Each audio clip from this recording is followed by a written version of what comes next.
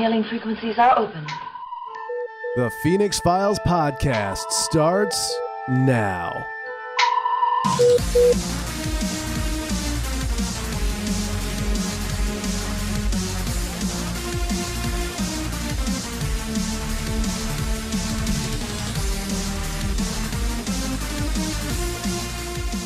Hey everybody, and welcome to another episode of the Phoenix Files podcast. Crew of Starbase Phoenix here. I am Trent. And I'm Jal. We are... Oh, well, that's Rodasi. Rodasi Stats is here. I was just going to introduce you. Yeah, I don't wait for introductions, I introduce myself. Unfortunately, we are one host short today. Our good buddy Moltrazon not able to make it today, but we wish him well. But yes, thank you for coming on the podcast, Rodasi. My pleasure, my friend. So let's jump right in. Tell us a little bit about your main character, Rodasi Stats. Okay, I'm not gonna lie, you're really getting the pronunciation wrong, and I was afraid of that. it hurts me slightly.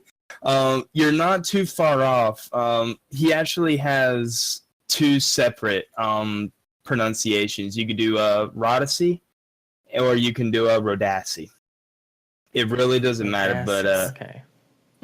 But this sound you're putting for the A, that it irks me. It really does. But this name is actually not a name I came up with just for Stowe. I've had this name going on about 13 years now. I'm an avid role player, and I write every now and again. And one of my oldest character, actually, this is my oldest character name. And he just started out with his first name, and, he kind of evolved over time. I use this name for every game I play. So he has multiple incarnations, but I'm assuming you want to know about his Star Trek version, right? I mean, probably. I'm happy to talk about the Star Wars version if you like. But yeah, tell us a little bit about Vice Admiral Rodasi. Rodasi. You can call him Rodasi if it's Rodasi. Okay. Yeah, just Rod, whatever. It doesn't matter. So he is unlike a lot of Starfleet officers in the sense that he reminds me a lot of James Kirk, but like the new movies. He's brash. He's right in the action. He jumps without thinking. He jumps without looking. He is extremely loyal to the causes and the people that, he forms bonds with. But stuff has happened in his past that causes him to be very slow to fully trust people. He'll make friends all the livelong day, but he won't really trust them. He won't let them in. I can count the amount of people that truly know like everything on his permanent backstory on one hand. That's how closed off he is. At the academy, he was a phenomenal student. He rarely partied. He was a bookworm. The only thing that became brash. Yeah. But the one thing that really pulled him away from his studies was his girlfriend back at the academy, and I'm sure y'all know who that is.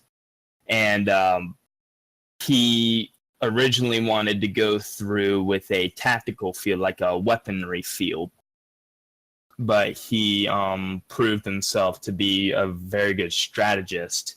And his methods of, really push forward and catch the enemy off balance, that really set him apart from other people where, others would sit back and evaluate the situation. He would more rush in and just take things as they come. And that is why when the Klingon War started in the game, he was only a third-year student. He was pressed into service because his record was It was very good. And I mean, you know, I'm sure y'all know like the canon and all that as to how the game goes and how you get your first command. And I kind of built his backstory around that. He was on a training cruise and his captain died, and but it wasn't to Klingons, and you know the renown was there.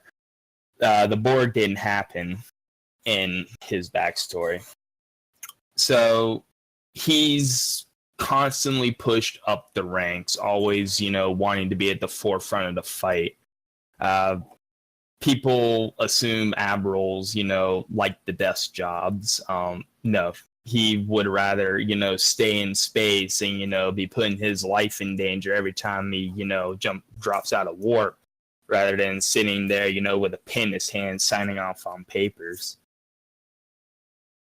So, you know, I don't know if that just makes him unlikable. I don't know if that makes him different, you know, just always wanted to be in there. But I mean, I myself, I've never been one for just, you know, sitting around and doing nothing. I've always been one for, you know, doing what you enjoy. And he enjoys being in space and fighting and, you know, being right up there on the front lines, making a difference.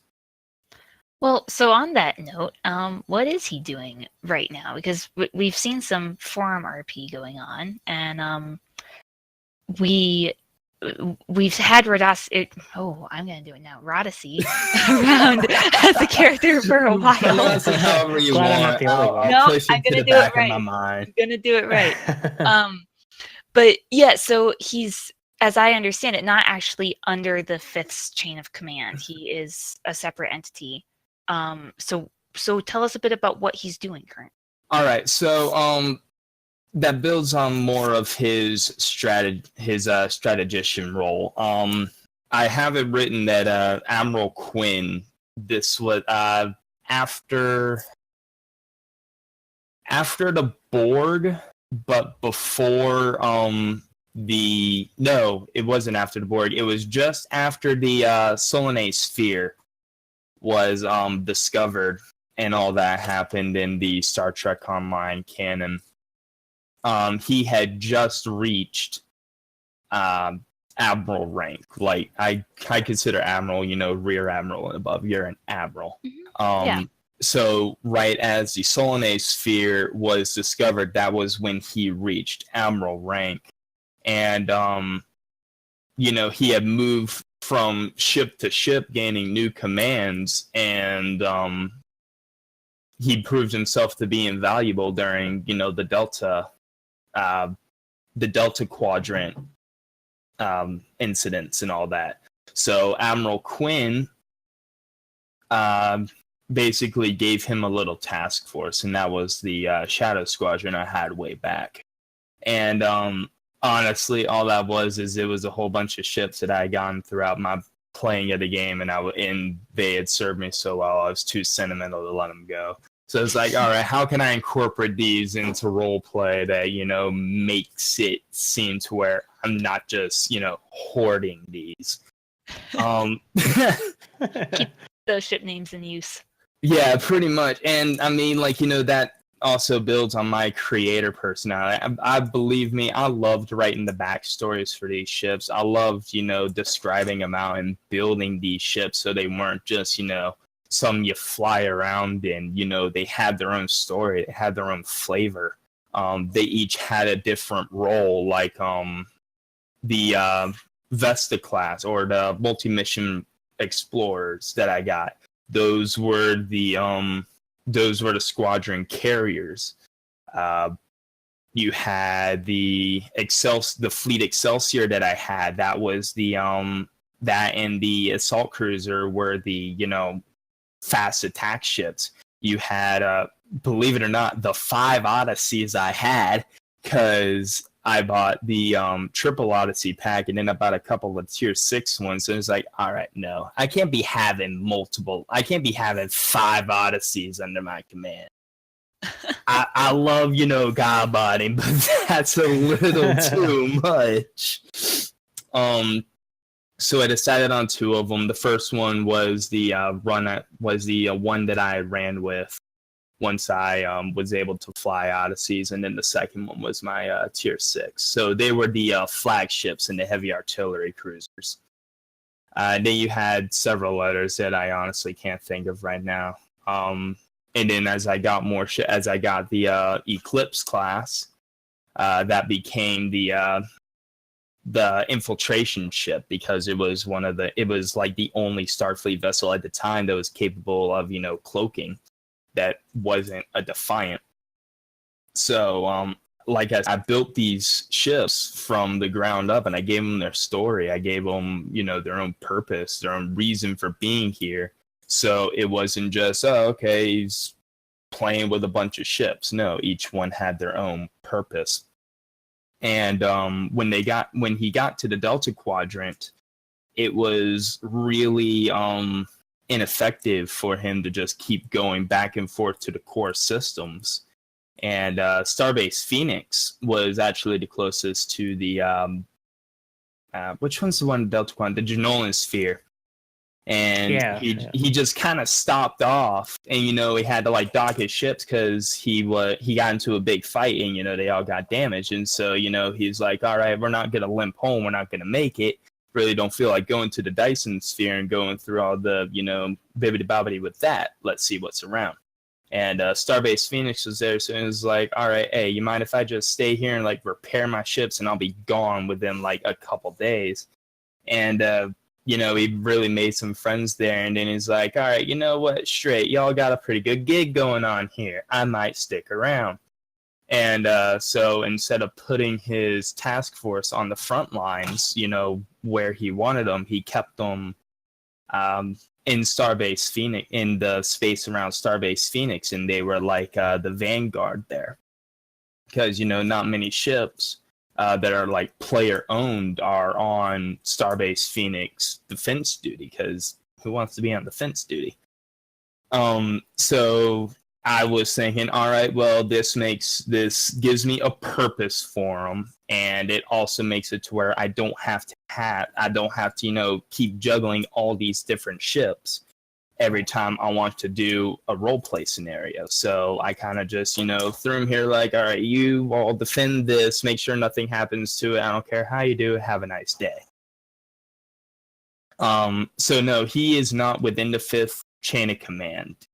He's not part of the 5th. He's, how did I describe him, Trent?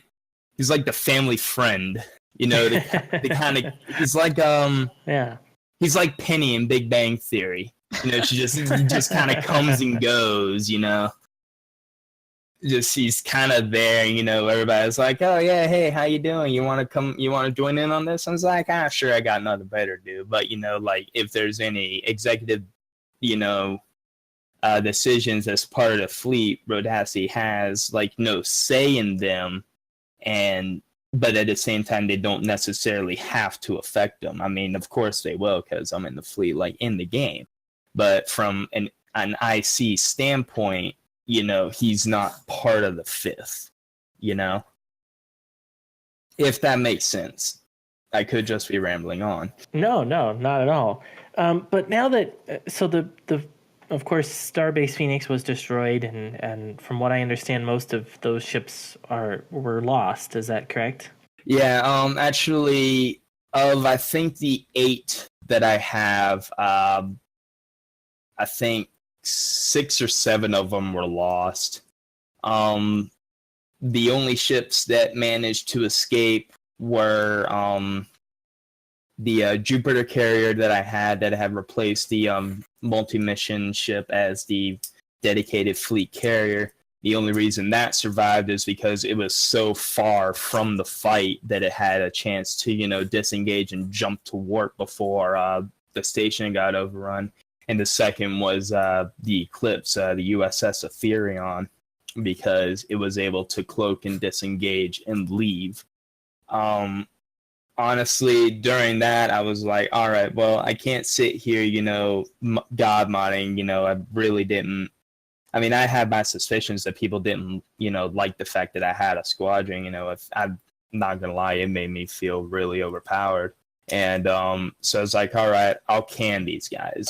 And believe me, it was hard for me to get rid of my Odysseys. I love those Odysseys. I've had them for a long time. But I was like, no, okay, I'll do it. So yeah, the task force was destroyed, and there were only 2 left. So to my question then is, now that those ships are gone, and now that the fleet has moved to the Delta Quadrant, has Relocated. I mean, they were already relocated. Yeah, sorry, Moved much farther out. much farther out into the Delta Quadrant. That's what I'm trying to say. Now that they've moved into this sort of exploration type mission, how has Rodasi's assignment changed? He feels a loyalty to the 5th because, he's been with them for so long, and he would love to do, everything he can for them. They're like family to him. He doesn't really want to join the 5th because, he really kind of digs being able to go and just like do whatever he wants. I mean, he'll pay rent if you want him to. What do you want, like 100,000 energy credits a week? All right, let me dock my ship. I'll have your paycheck next Tuesday. But like, they're moving into an exploratory role, and yes, he wants to do that because it's Starfleet mandate. We're explorers, we're not warriors. But at the same time, he's hesitant because, well, he finds it boring. I mean, like I said, he's brash. He jumps without looking. He would much rather be on the front lines than, doing something boring. So I think his assignment, which, I haven't really, actually fleshed out what his actual assignment is now, because, after he joined the 5th, after he like started staying at Phoenix, I was just like, all right, I guess I'll just have him do whatever, and just kind of roll with the punches. But he definitely will stay, he'll stay close by. He'll always stay within arm's reach, not only because his fiance's in the 5th too. And he is like fiercely protective of her. Fiercely protective. That's a trait I pull from myself. But you don't know, like, honestly, I have worked so hard. Me and him have worked so hard for this, and it's just like, all right, we got it. We're not letting go. No. So he'll defend the new installation, and he'll run patrols, and then if the 5th ever need his help, they just call, and he'll be like, all right, here I am, save the day, let's go, who wants to get shot first? He's definitely not your typical admiral, so definitely. But as for like, if you're asking if he's definitely going to go into like a full exploratory role, no. I'm telling you right now, no. Yeah, he'll sounds like he'll be more of like a protector. Yeah, a guardian, if you will. Yeah. He's just he's kind of there, which is how I've always kind of done him, because I love y'all, but I'm not here enough to, definitely like, commit to a full-time long role play, which is why I'm not in game a lot because of my work schedule and all that. So I wanted to give him a role where, all right, he's not like, obligated to be there, but he can, when I'm able. And so I put him into the protector role of, he's just he comes and goes. He's just there. Very cool. And it's good to finally learn about I'm going to do it wrong again. Rodasi. Do it. I almost said it wrong. Rodasi. Yeah, there you go. Rodasi like Odyssey. I like that. Yeah, there you go. Wait, what? How did you say his last name? Did you say it's Stotts? No, Stats, right? I swear you said it Stotts at the beginning. With an accent. Stotts. I said it like Tiller would say it. Yeah. Oh, God, dude. Yeah, you don't say it with the Scotsman accent. We're giving it some flair. There you go. There you go. Well, with that, we are going to take a break, but more Phoenix Files right after this.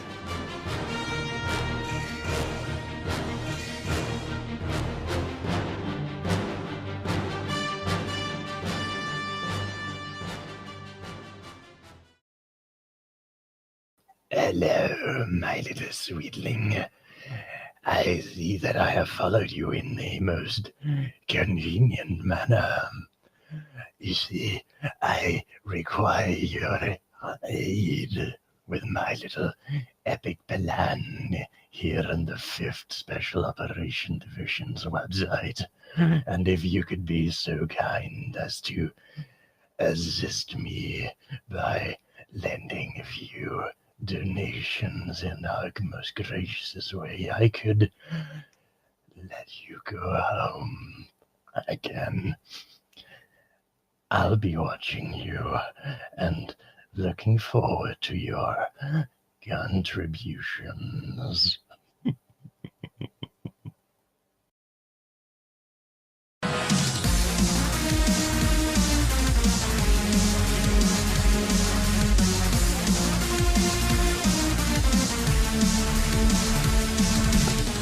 And welcome back to the Phoenix Files podcast. Trent and Jal here with our special guest, Rodasi Stats. Yeah, it's going to take me a while to get that down. But we wanted to talk a little bit about more about the Delta Quadrant and the exploration opportunities that our fleet has now that we're out on this new assignment way farther out in the Delta Quadrant than we have been before. So I want to ask you guys first. Now that we're in this new location, we have a lot more possibilities.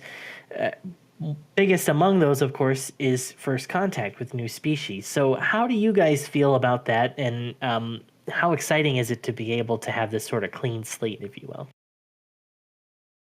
I think it's a really great role play opportunity because it does give us a lot of flexibility with what we do. And I like that we've had a number of people get very creative already. We've had a number of first contact scenarios, and those have been really interesting role plays to see what people come up with for what a new species might be like, or how they might act, or what their names are like. And I think it does help get us back to the core of Star Trek as an exploratory opportunity.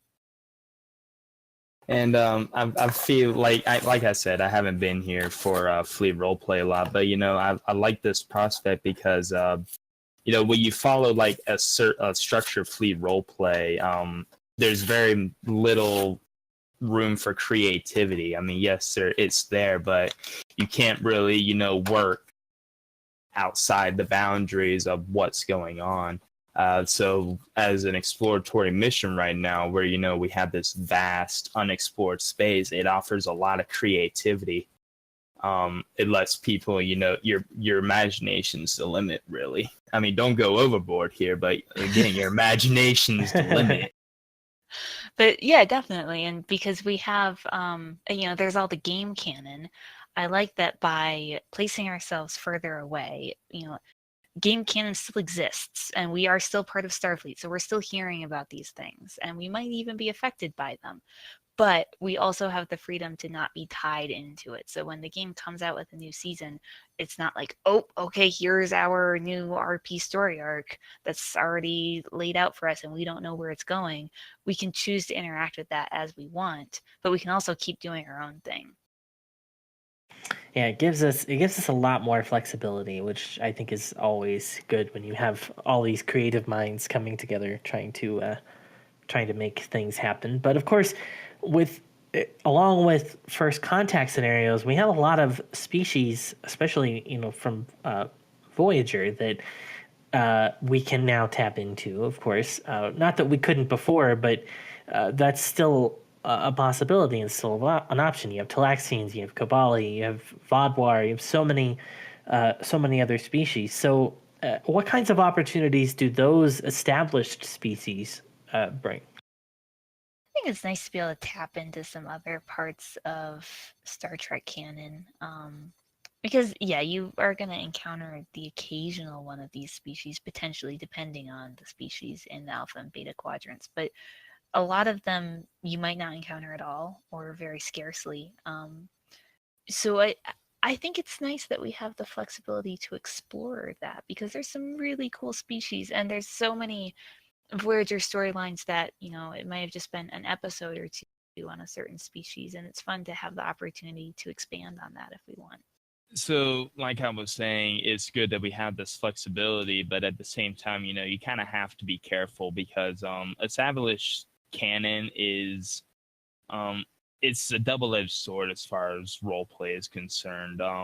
It establishes boundaries, so you know what you're working with, but at the same time, it offers a lot of limitations because you really have to work with this species and you have to think like they would, and that requires an intelligence and a knowledge of the show. I shouldn't say intelligence, a knowledge of the show that diehard fans would have, yes, but at the same time, how often are we going to have a lot of diehard fans that know about this species and know what their story, know their traits, if you will. I mean, I never really got into Voyager. It didn't really click with me, and I know I probably just put a target on my head for like 17 different people. I mean, I love Next Generation, I loved Enterprise. Deep Space Nine never sat well with me either. Just it didn't. And Well, the I good thing, though, don't is know that, much about the Thalaxians or the Vaadwaur except what I've seen in the game, and you're definitely going to have people that only know the stuff from the game. That's true, and I think the game does give us some good stuff to work with and some new species. But the good thing is that this also doesn't negate anything from the other series that people might prefer, like you said, because you can certainly still be playing like a character in Starfleet that is a race. I mean, like, yeah, I play a Trill, and that has nothing to do with Delta Quadrant. But I like that it gives us the flexibility to pull from our really established Alpha Beta Quadrant species, tap into Delta Quadrant species if we want, or make our own. A lot of options. And that sort of leads me into my next question. And this sort of applies too as we get into the summer and we get our expansion, our supposed expansion into the Gamma Quadrant. How do these opportunities that come with new species, that come with exploring other species that aren't the traditional Klingons, Vulcans, etc., how do those opportunities change the way that we RP and the way that we create stories for the fleet? Blows the doors wide open. Yeah, honestly. I mean, as you add more creative elements for people to tap into. You add, you could be looking for an antagonist in the role playing. None of the species that are established don't work. And if you have an exploratory mission like we do in Delta Quadrant right now, well, then you could just make it species that fits what you need. Like I said before, imagination's the limit here. I can't say sky because we're in the sky, but we literally fly around in the sky. So yes, it is the limit for us. But there's so much untapped potential that each of us have, and I really think that being in the Delta, I keep saying the Gamma Quadrant. Dang it, Trent! Got the Gamma Quadrant in my head now. Come on. I thought you said you didn't like Deep Space Nine. Hey, trying to go there. Robots are cool. Be it killer assimilating robots, but robots are cool. Wait, no, the Borg come from the Gamma Quadrant, right? The Borg are from the Delta Quadrant. Yeah, they are. We're in their homeland. This is how much I know about actual Star Trek lore. Come on now. Hey, that's what we're all here for. I mean, exactly. Hey, you're talking to the kid that really didn't like Deep Space, not Deep Space. You're talking to the guy that really didn't enjoy watching Star Trek Next Generation because I didn't like the look of the Galaxy class. Like my criteria for watching these shows.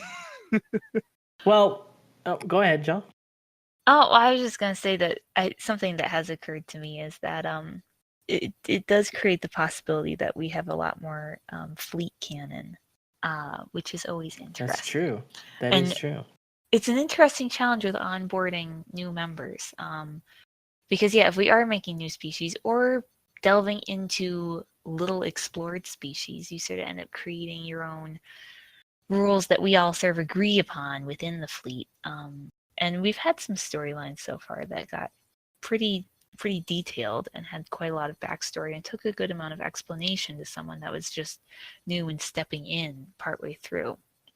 So I think it also puts some pressure on us, in a good way, to be really rigorous about how we're doing things and making sure that we're following good logic and having these really cool ideas but following through on them, backing them up.